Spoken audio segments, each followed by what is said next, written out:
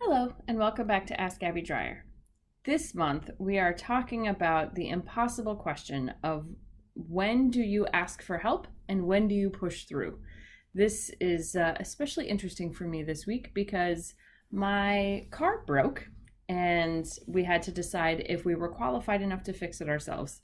Turns out we were not, and we did have to bring in the experts.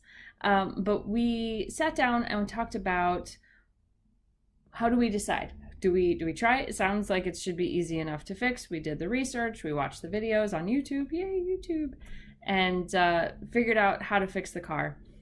But before we even broke out any of the tools or went and bought any of the tools, we sat down and said, okay, what will happen? What could happen that would cause us to say we are not qualified for this and we need to get the experts and bring it to the shop? And there were a couple of things that we saw that we knew that we wouldn't know how to fix. And if that happened, one of them was oil in a certain place in the engine, we put the car back together and we bring it to the shop. And that's actually what happened. So we got, pretty far into fixing the car and saw that one thing and said, nope, this is not for us and we need to bring it to the experts. And, so that got me thinking after this question was asked of how do you decide that? How do you know when to just roll up your sleeves and keep trying and push through? And how do you know when to ask for help?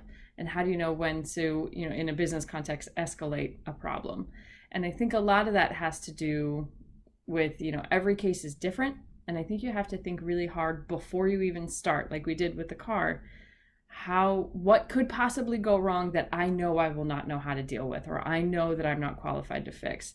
And you ask the experts, you do the research, you figure out what you think you can muddle through and figure out and learn on the way.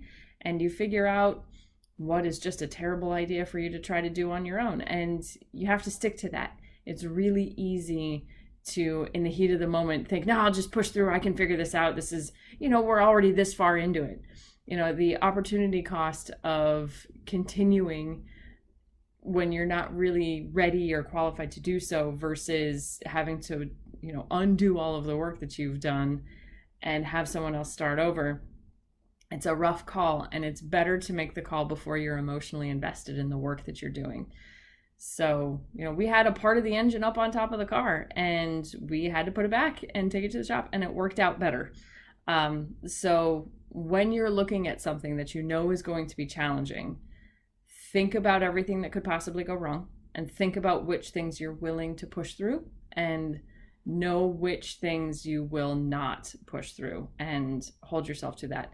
Tell your friends, tell your colleagues, tell whoever you need to tell to catch you if you start to go beyond what you have already decided you should go to do that. So hopefully that's helpful for people who don't know exactly where that line is of when do you push through and when do you ask for help. Asking for help from experts, mentors, professionals, whatever the need is never a bad thing. Asking for help is never a bad thing. Knowing your limits is also a really good thing. So be honest here with yourself about what you want to try, and always lean on the people that know, who can teach you, help you, or do for you. And those are all very valid things that you can try.